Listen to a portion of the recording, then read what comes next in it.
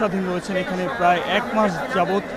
তার সাথে কিন্তু তিনি আর কিছুক্ষণের মধ্যেই ছিলেন তার শারীরিক অবস্থা নিয়ে এবং অবশেষে সেই অপেক্ষা ফুরাচ্ছে এবং নিশ্চয়ই দেখতে পাচ্ছেন এই বাস থেকে মাত্রই ভারপ্রাপ্ত চেয়ারম্যান তিনি প্রবেশ করছেন পায়ে হেঁটেই।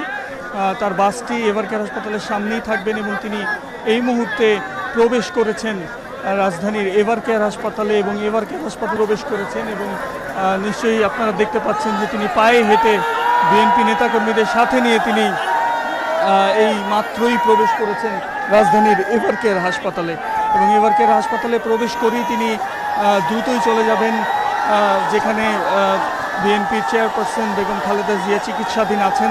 তিনি সেখানে চলে যাবেন এবং সেখানে গিয়ে কিছু সময় তার মায়ের সাথে কাটাবেন। সেই দীর্ঘ অপেক্ষার পর